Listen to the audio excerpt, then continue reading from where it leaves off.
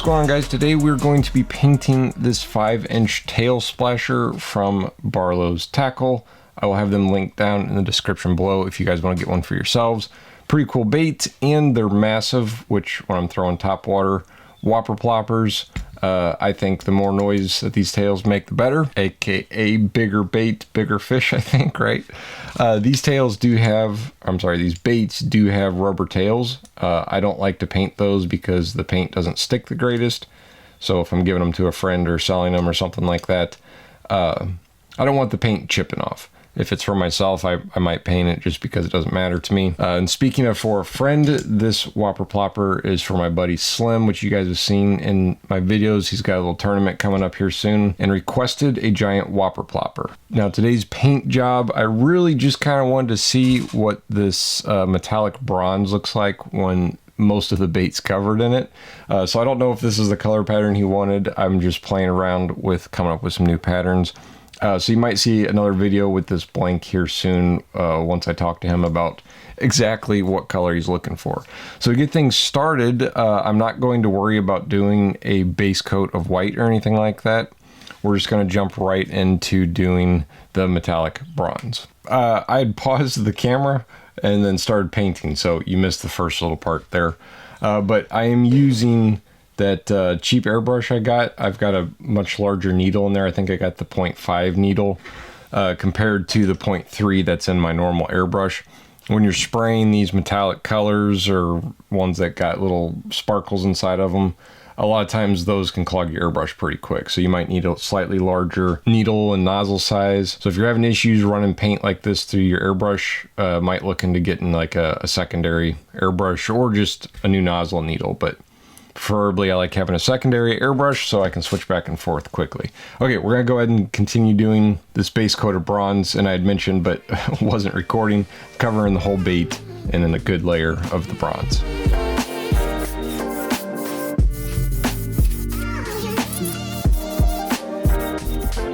Yeah, that bait is drenched. I'm not used to using this type of airbrush. Okay, now that our metallic bronze is on there, and I dried it pretty good because like I said, I really hosed the bait with that paint. We're going to move on to our next color, which is going to be an iridescent scarlet. Now these iridescent colors, I don't really seem to have an issue spraying through the 0.3 size needle and nozzle. So game plan for this color is I'm going to basically spray from this center line up. I'm going to spray all that, and then right around where that center line is, I'm going to try to have it fade into that metallic bronze. Maybe just before, because I really want a lot of this bronze to show, and then we're going to be doing a little, some more belly colors later. So hold top of the bait and fade it right about where that center line is.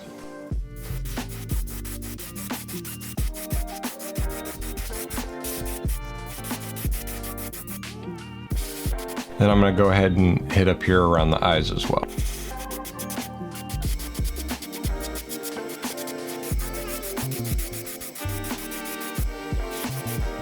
Something about like that.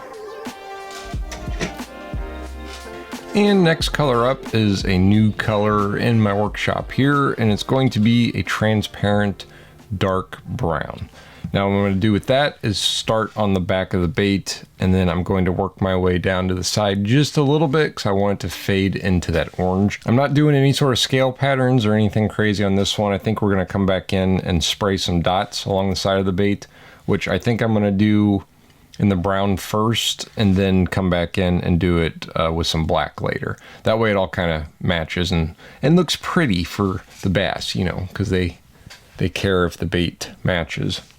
Okay, dark brown on the back of the bait and fading it into our orange.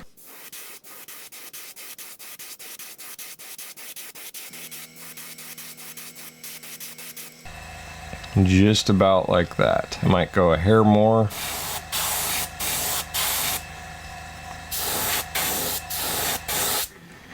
And then right up here, right into the eyes, I'm going to try to fade it and have it fade into that orange there as well. So the nose, and then have it kind of stop somewhere around the middle of the eye, or just around the eye.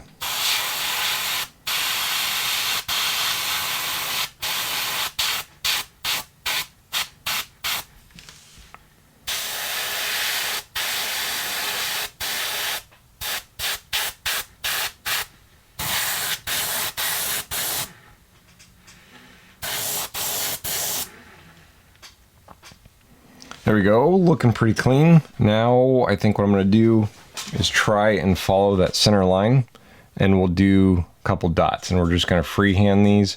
So hopefully I don't screw this up. I can, you can make or break a paint job doing this.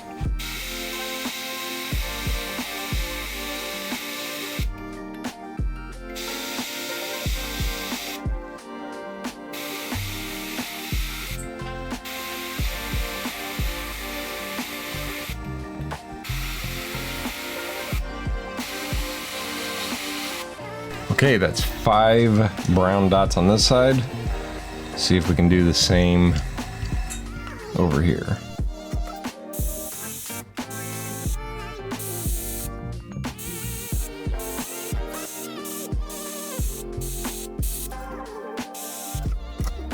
I think I'm gonna make the ones on this side just a hair bigger.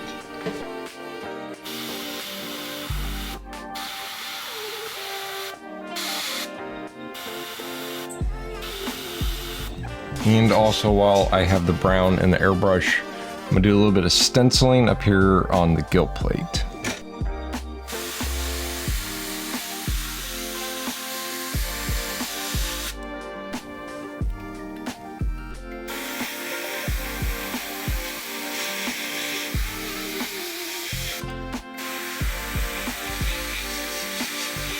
Okay, I think that is all I'm gonna do there.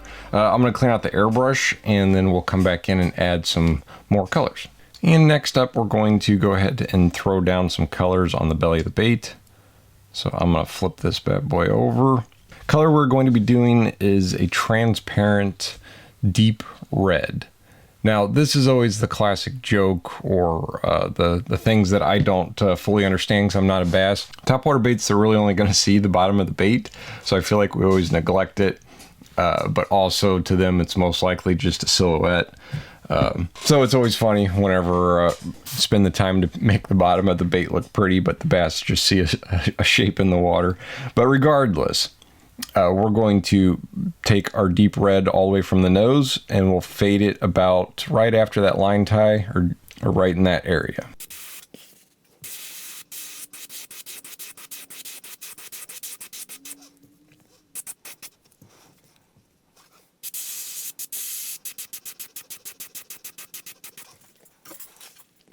I think what I'm going to do is kind of bring it up right below where the fin is.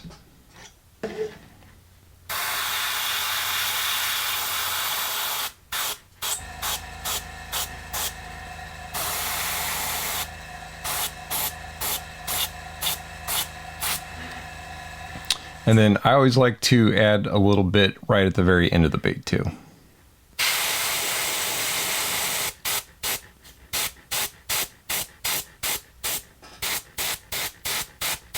All right, gonna flip her back over, clean out the airbrush, and then we will load in some transparent black, see where that gets us, and we might add a couple more details. All right, next color up is going to be some transparent black. And I'm hoping we can finish out the bait with this. Like I didn't exactly have a full-blown plan for this bait.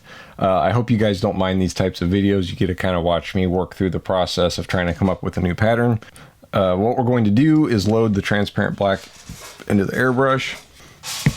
And then I plan on taking the same style of stencil I used on the gill plate. It's just a slightly larger version. And I'm going to do the transparent black along the back. That way our brown's still there, but then the black will kind of tie it together. And I'm just trying to keep it right in the center. I don't want this pattern to go onto the side of the bait.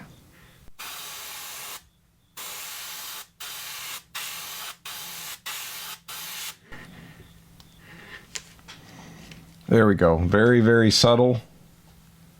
And then it still leaves room for our brown dots on the side.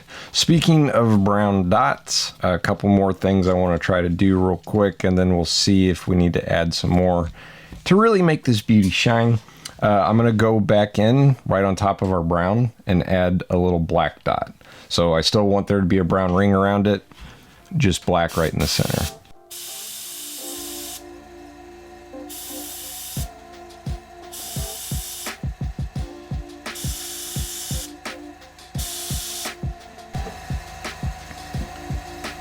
go. And gonna go ahead and darken up the eyes just a hair.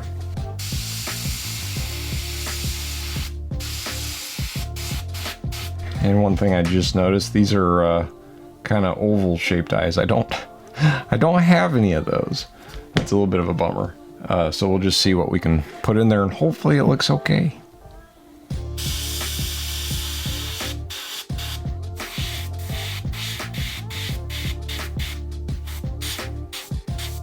All right, not too bad. I do think we have some room up here along the top to add some small dots. I'm not going to do that with the airbrush because I know that it'll get away from me and it'll end up with a whole bunch of big dots. So I think what I'm going to do is come in with our little dot tools. And I'm thinking I'll go for a pretty small one, and we'll just kind of boom, boom, boom right across the top there. Nothing crazy. All right, I'm just using the same transparent black and dipping the tool right in the cap.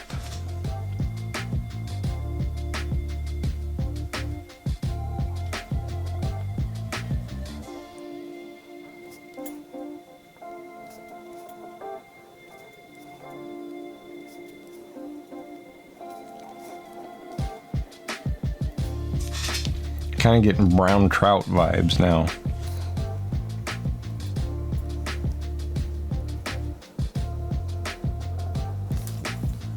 All right, I'm going to add one more right in here. Nice. All right, do this on this side as well.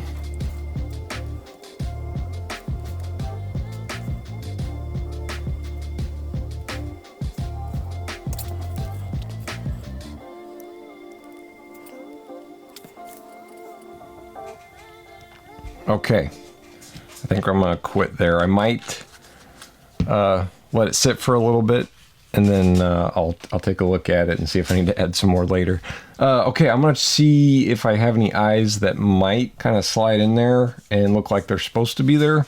I know I don't have any oval ones, so 1 minute. All right, I think the ones I'm gonna go with here are these guys. They definitely don't fit. They don't fill in the whole oval there, but I think they should be okay.